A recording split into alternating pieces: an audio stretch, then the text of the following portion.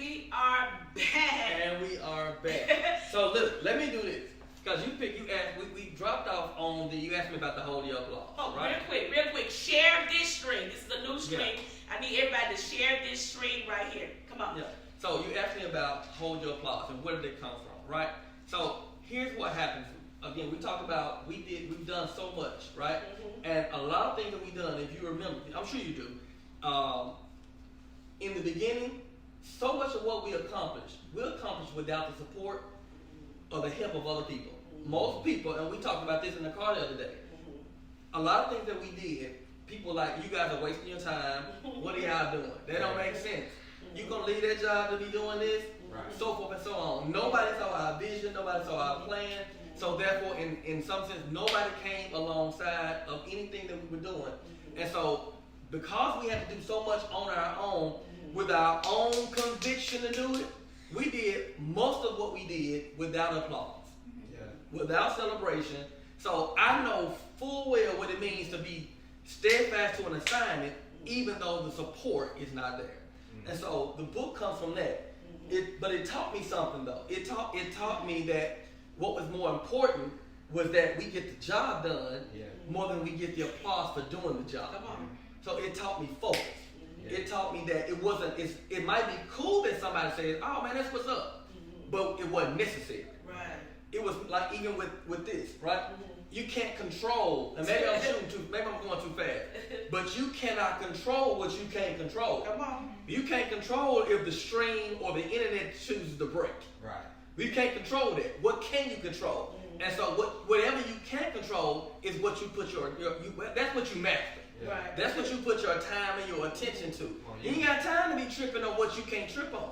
I don't care what you do, how well prepared, planned, thought out, all this stuff you are, set straight, light straight, people straight, hair straight, nails straight, clothes straight, right. And then the internet breaks. You can't control that. Right. So what you can control is what you ought to be focusing on. And so that's where this book's come from. That's what this book is. That's the focus of this book. Lock in on what you're supposed to lock in on. How somebody feels about you ain't your problem. I learned this, and I'll never forget it. And I'm going to shout out to Mel. I'm going to give her a shout out. Shout out to Melody Pooh Page. She got a married name now. I can't remember what it is. She's been Mel Pooh Page all my life.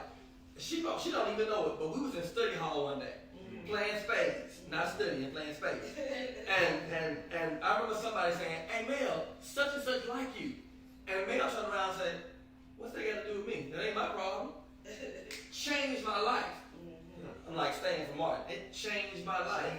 It instantly taught me that how somebody else felt or thought had nothing to do with me. That was their problem. Yeah. And so I often say this as well, like, who cares if you like me or you don't? Right. That really doesn't have anything to do with me. Who cares if you want to support what I'm doing or not? That ain't got nothing to do with me. Yeah. Who God has called me to, God has also called them to me. Yeah. So that's what I should be focused on. Focus on my assignment. Focus on making sure I die empty. That's what I should be focused on. So hold your applause. I really didn't need it. Come on. That's where the book comes from. That's so awesome. It was so timely even for me, the stage that I'm in. Yeah. Now, applause and approval kind of go hand in hand with me. I know for years, I want to make sure that everybody's good. I crave the approval of people, and I really didn't even realize it. Yeah. But if you live by people's approval and applause, you're going to die by the lack thereof. Yeah. That's why we have to do, as this book says, focus on the assignment. Focus on our calling. Exactly. Focus on what God has purposed for our lives. We got to keep up. That's good. Hold your applause. The art of focusing on the assignment. I read something that blessed my whole life, and I'm sure that those who are viewing will agree with me. Let me read it straight from the book. You said, for real? Yeah, you said a lot of this stuff. But you said you have loved, supported, and prayed for people. But when your time came, you felt abandoned. But that's not the end of the quote. This is where it really got good. You said, listen, my brother and my sister, this is not an attack. This is your assignment. We've got to chat about that. This is not an attack. This is your assignment. Come on, let's talk about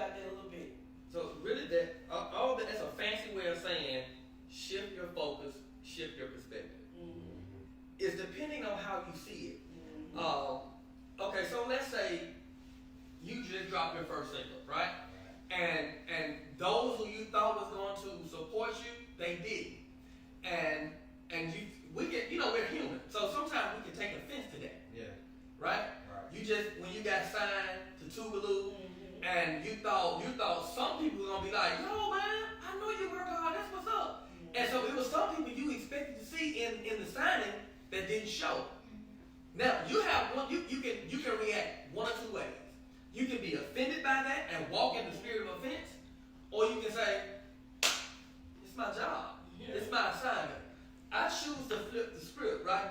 Either you can walk in that offense and be hurt because somebody didn't do what you expected them to do, and now you see it as man, everybody attack me, ain't nobody for me, and so you begin to walk in that spirit of offense. No, you walk into that spirit of offense and you miss your whole purpose. Yeah. And so I'm not going to sacrifice my assignment for my feelings. Ooh, somebody need to at least 20 of y'all type the keys. I cannot sacrifice my assignment for my feelings. Redemption knows, I've been saying it for years at this point, like how you your faith and how you feel don't necessarily line up. It ain't got nothing to do with that. Grown folk, or y'all know now, you have to go to school no matter how bad you feel, right? You don't want to do virtual school, but what option do you have, right? What option do you have? No matter how late you stay up at night, we still expect you to at 7:30 to be up, right, ready for that screen to get to work. So how you feel is weird. Yeah. But your assignment says I need to have my face on the thing, right? How you feel has nothing to do with how you perform. Right. You didn't feel like playing keyboard today, but your assignment calls for you to play keyboard today. Yeah. How you feel has nothing to do with it. And so I'm not going to sacrifice.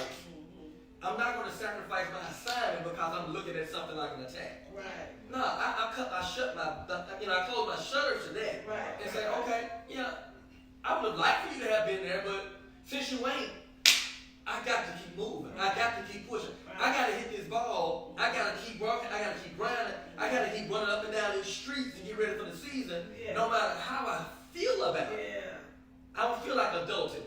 Your assignment says you have to. Yeah. Your assignment says you have to. Yeah. So when I'm talking about yes, that's how I felt. I supported, I prayed, I've been there for somebody, and you expect people to reciprocate, but the truth of the matter is everybody they just won't. Some people just don't want to do what you've done for them. But where's the thing? That's okay. Yeah. Let them be them. Yeah. They had to do what they gotta do. They made a choice, so now you got to. Yeah. And so I choose to stay focused on the task at hand, focus on the assignment, because I don't want to be God. And He says, well, why didn't you? Well, my mama didn't support me. I called you to go to and fro, and you didn't. Well, I thought my best friends were gonna ride, and they didn't. Yeah. Right? I don't want to meet him and have to answer something as frivolous as that. Well, and I was a little upset, so no. So it's not about the attack. Right. It's about how you see it. Yeah. And so I rather focus all of my time and my attention on what I can control, and that is my assignment. I can't control your feelings.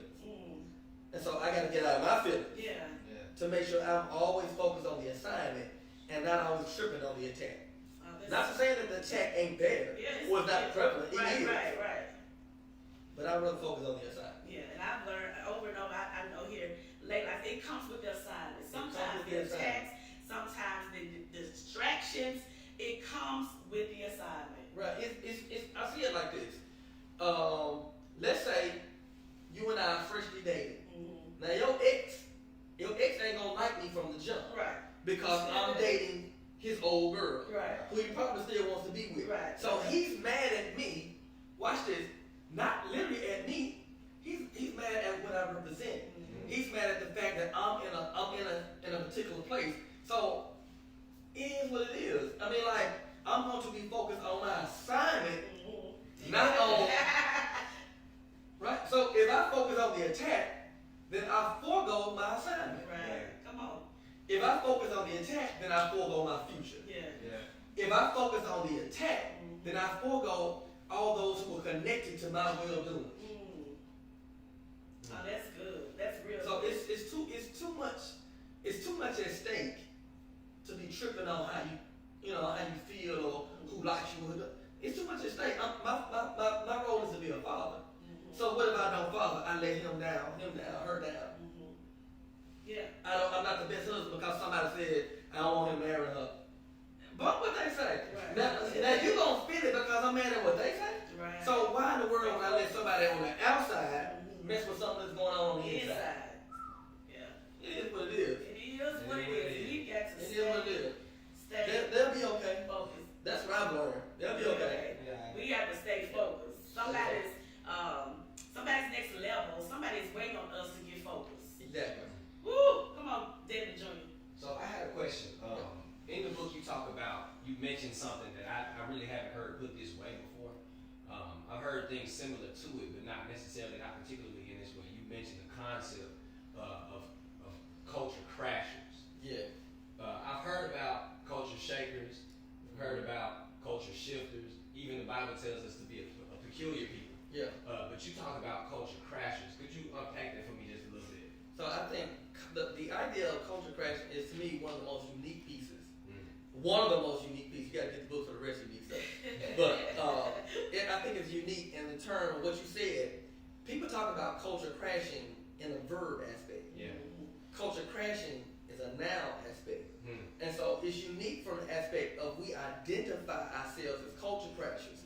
But for me, the idea of a culture crasher is this. A person with a responsibility to shift culture. Now here's the thing. As cool as that sounds, we even say that from a Christian perspective, man. Man, we shift the culture. It's for the culture. We doing it for the culture. We gonna change stuff. We say that and it sounds cool, but here's the thing. Here's the honest truth about being a culture crasher. To be a culture crasher, you got to have some kind of resolve to be that. Yeah.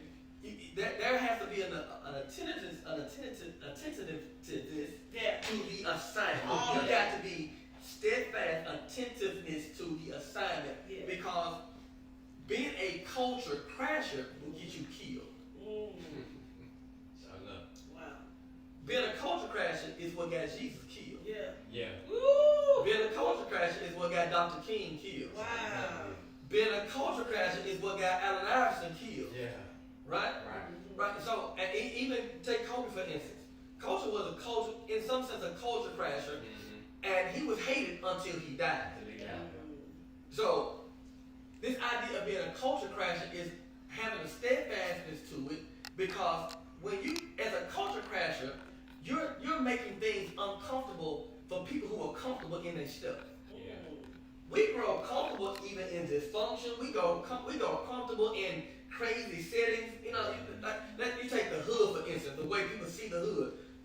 Dope Boy said, man, they don't know, they don't show what's going on in the hood, right? So even in a place like that, you can find comfort in that. Like they shoot, that's what we used to that. Yeah. Some folks get used to gunshots. They just drop down. Well, lay down. Hold on. Okay, we could back on the game. You can grow comfortable in that stuff, and so a culture crasher comes to break up what's comfortable for people. Ooh. And so when you break up what's comfortable for people, they get uncomfortable about that. Yeah. Wait a minute, we used to talk about girls in the locker room. What you mean we gonna lift up every girl and make sure we support every girl? That's why folks don't like you. Because you carry a spirit with you that's uncomfortable with them. They want you to talk about her and then laugh in her face. They want you to do that. They want you to sing gospel and then do what you do behind stage. They want you to be the average 12-year-old kid. They want you to be that. But then when you walk in and you do what you do, you make them uncomfortable because what's normal for them, you're tearing it up.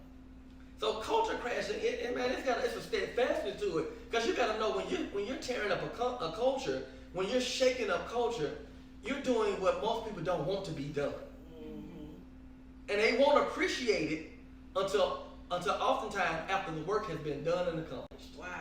Sometimes they won't appreciate it until you're dead and gone. What if Kobe would hear us talk about him the way we talk about him now? What if Jesus saw the type of reverence now in his lifetime then? Yeah. He died for the very people that he was trying to help. Yeah. He was like, He was about the very people. The very people. He was a Wow. culture crasher in the highest order. Wow. So we've had, look, on the last book, in your last book, we talked about being game changers, water walkers, rule breakers. But in this new book, Hold Your Applause, we've been introduced to the concept of being culture crashers. Come on, type that in the stream. Culture crashers. Hashtag Culture crasher. And I'm glad to be a culture crasher. A culture crasher oftentimes goes to the door first. Yeah. And I think I quoted this other. It's in the book. A culture crasher oftentimes when you shift culture, when you're crashing in on a culture, when you're crashing in on somebody's comfort zone, what happens is it's shattering the glass. And you got to understand that when you shatter the glass, you're gonna get the most cuts, you're gonna bleed the most, but you're gonna make it easier for somebody to come through the door after you. Yeah. So it's our responsibility as culture crashers to take the hit, because when we absorb, God has given us a wherewithal to absorb these punches. Yeah. Because He knows that who comes behind us may not be able to take what we can get, what we can take. So it's our obligation to do what we do. Yeah, we got to do it. And it's so crazy. We're sitting here celebrating your birthday. We're sitting here celebrating the release of your sophomore project. And David decides to be a culture crasher, right? We're supposed to be, celebrating. He wants to take him a nap. So as a mother, I'm going to let him go take it. Look, support him in being a culture crasher. Real quick. Callie, what you got for us? Hey, well, Dad, first I just wanted to say happy birthday Thank again, and congratulations on your second book. So in the book, you quoted something about being caught between your history and your destiny. Can you speak more about that? So that's I love that line. Caught between history and destiny. So I guess I got to kind of go back a little bit to when I kind of really unpacked that for myself. There was a season in which all of you attended Cashapp. We had a 14-year run that was, I think, in our mind, incredible. Yeah. We crashed culture in a major way. We shifted the culture of South Wind out there. Who got what to say about it? Yeah. We shifted the culture over here.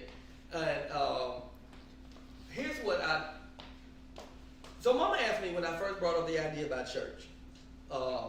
She said, well, what do you think? What do you think the need? I said, the need is all those families that we met for years that would ask us about how to follow us or be discipled by us, and we wasn't ready for that assignment. And so what I was trying to do was compromise that, because I didn't want to be a pastor, because so many folk kept saying, he just want to be a pastor. Oh, he just want to be a pastor. Sometimes your enemy will see it on you before you do. Ooh. Sometimes the book was. Yeah, sometimes your enemy. No, I wasn't in the book. Sometimes your enemy right. That's yeah. Sometimes your enemy will see stuff on you before you do it, or before you even willing to accept it. And so there was so much talk about me being a pastor, and I was like, no, I just really want to serve. And so those people who would want to follow us, and so we would invite them to what we worship, and I'm trying to compromise, right? Well, I ain't really ready to do mine. I ain't ready, I don't know how that's gonna flow, so forth and so on. So let me just do this, right? And what I was literally doing, I was caught between history and destiny. Woo! Because what I was doing was all right for me, but what I was being called to, I wasn't ready to accept. And so what happens is, when you're caught between, it's a dangerous place to be when you're caught between history and destiny. Because what happens is, if you don't acknowledge that place, and you don't surrender to that will, to what God is trying to push you into, but people that's connected to you will become collateral damage. Wow.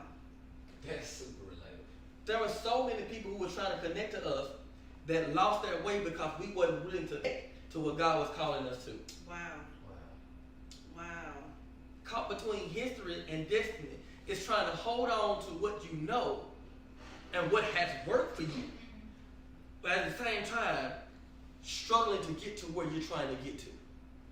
And for an 18-year-old college student, it's very easy for you to get caught in that dynamic, because where you come from is a teenage mindset, but you're transitioning into adulthood. And some stuff as a teenager you can't take into adulthood, because what happens is collateral damage happens. And there's some things that you want to achieve because you're too busy trying to bring both worlds together when they don't belong. There's some people in high school that you were close with that you will never be close with again. That was that season. Reason, season, lifetime. That was that season, that was that reason, and you can't bring them over to where you're going.